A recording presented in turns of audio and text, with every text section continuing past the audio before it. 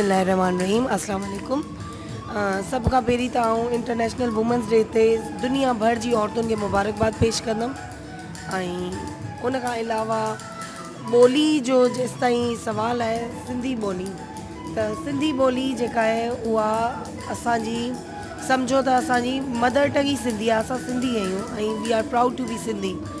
त जॾहिं असां पैदा थियूं था घर में, असांजी माउ असांजा मिट माइट सभु असांखे सिंधी ॿोली में ॻाल्हाइणु सेखारीनि था।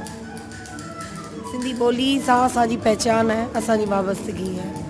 ऐं ॿियो जेको आहे सो उन खां अलावा अॼु जे ॾींहं जे हिसाब सां मां इहो चवंदसि की औरतुनि खे पंहिंजो पाण खे मज़बूत करणु घुरिजे, पंहिंजो पाण में मुतहद थी करे जेके अबोझ मिसकिन औरतूं आहिनि उन्हनि खे उन बदहाली मां कढी उन्हनि खे तालीम जी तरफ़, उन्हनि खे हुनरमंदी जी तरफ़ मोकिलणु घुरिजे। ऐं ज़माने में मुआशरे में जेतिरियूं बि मुश्किल में औरतूं आहिनि उन्हनि खे हथु ॾेई उन्हनि खे उन तकलीफ़ुनि मां कढणु घुरिजे। माउ ॿोलीअ जो मतिलबु ई आहे माउ जी ॿोली। माउ जेका आहे उहा हिकु औरत आहे ऐं इहो हिकिड़ो आलमी अखर आहे। हर ॿोलीअ में मीम सां इहो अखर शुरू थो थिए। मीम माना मुहबत, ऐं इहो मुहबत सां ई अखर शुरू थो थिए, मुहबत ते ई ख़तमु थो थिए। इंसान जूं ॿ शख़्सियतूं थींदियूं आहिनि, हिकिड़ी प्राइमरी हूंदी आहे, हिकिड़ी सेकेंडरी हूंदी आहे। Primary and secondary identity. Primary identity जेका हूंदी आहे उनजी उहा पंहिंजे घर सां शुरू थींदी आहे। घर, ख़ानदान, मोहल्लो, छा हुनखे घर मां पलव थो पए, छा खणी हू वॾो थो थिए, पोइ उहो नफ़रत हुजे या मुहबत हुजे, उन खां पोइ हू सोसाइटी जी हुनजी जेका थी थिए। जेकॾहिं असांजी प्राइमरी आइडेंटिटी जेका आहे, जेका घर में असांजी सर्जे थी, उहा जेकॾहिं इनकम्पलीट आहे, पूरी कान थी थिए, त उहो ॿारु जेको आहे उहो सेकेंडरी आइडेंटिटी में मुंझारे जो शिकार थो रहे। उहो न सुठो शहरी थी थो सघे, न सुठो ग्रुप वर्कर थी थो सघे, ऐं न सुठो हिकिड़ो उस्ताद या जेके बि इहे असांजूं सेकेंडरी आइडेंटिटीज़ आहिनि कंहिं ते बि पूरो नथो लहे। चाहे हू मकर करे चए त आउं मुकमिल ॼाम आहियां, ॾाहो आहियां, पर न, अंदर में हुन में घटिताई ज़रूरु हूंदी। उहा घटिताई माउ थी पूरी करे।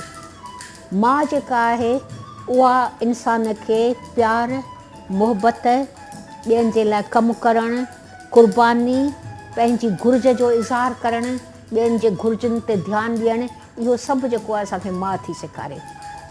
ॿारु जॾहिं स्कूल मां अचे थो, चाहे कार में, कोरोला कार में घर पहुतो हुजे, चाहे एयर कंडीशन हुन में हूंदे, पर सभिनी खां पहिरीं जेको हुनजो अखर थींदो, अमा छा रधो आहे, बुख लॻंदी, यकदमि माउ खे चवंदो अमा बुख लॻी आहे, कुझु आहे खाइजे।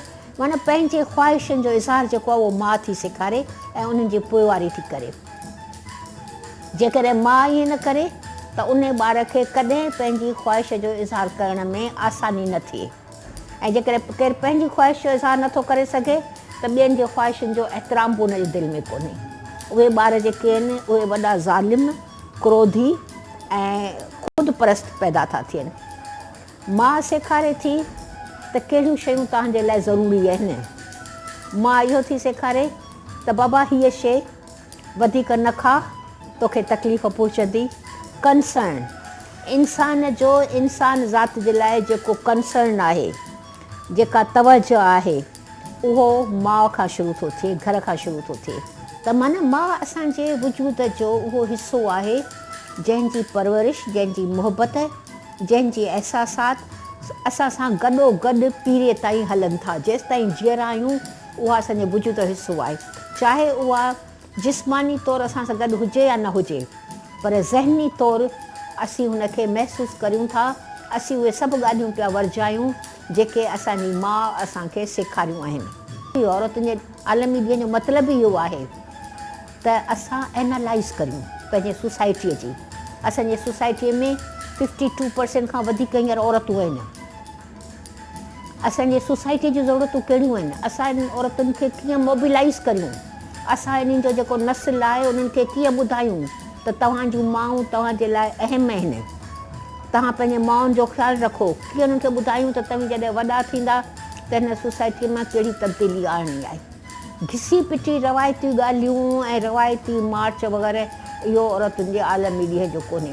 जिते जिते औरतुनि जा आलमी ॾींहं थिया आहिनि जो पोइ औरतुनि जो आलमी ॾींहुं मल्हायो वियो आहे, उते वॾा वॾा मज़ाकरा थियनि था, माण्हू स्कूलनि में वञनि था, माण्हू पंहिंजे पाड़नि में वञनि था, ॾिसनि था कहिड़ियूं औरतूं आहिनि जेके ॿाहिरि जिन खे निकिरण जो मौक़ो कोन मिलियो, एजुकेशन जो मौक़ो कोन मिलियो, सॼो ॾींहुं उन्हनि सां वेहनि था, उन्हनि खे सम्झाइनि था, उन्हनि खे गिफ्ट ॾियनि था, उन्हनि जी मदद कनि था।